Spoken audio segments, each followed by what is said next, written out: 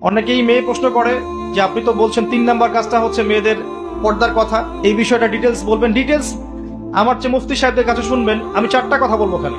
1 number, প্রিয় বোন, আপনি আপনার পোশাকটা এমন করবেন না যেই পোশাকটা পরার পরেও শরীরের কাঠামো বোঝা যায়। সেটা বোরখা হলেও চলবে না, এমন বোরখা চলবে না যেই বোরখা পরে আপনার শরীরের কাঠামোটা বোঝা যায়। 2 হচ্ছে, এমন পোশাক হবে না যেটা পরার পরেও অঙ্গ দেখা যায়। এমন কাপড় দিয়ে পোশাক বানাতে হবে যে কাপড় পরলে ভিতরের অঙ্গ দেখা যায় না।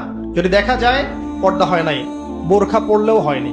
3 নাম্বার, নারীরা পুরুষের কোনো পোশাক পরতে পারবে না, ছেলেদের কোনো পোশাক আপনি পরতে পারবেন না, মেয়েদের শালীন পোশাক আপনাকে পরতে হবে। 4 নাম্বার, অমুসলিমদের সাথে সাদৃশ্য আছে, তাদের রিলিজিয়নের সাথে সাদৃশ্য আছে, এমন কোনো পোশাক আপনার পরা যাবে না।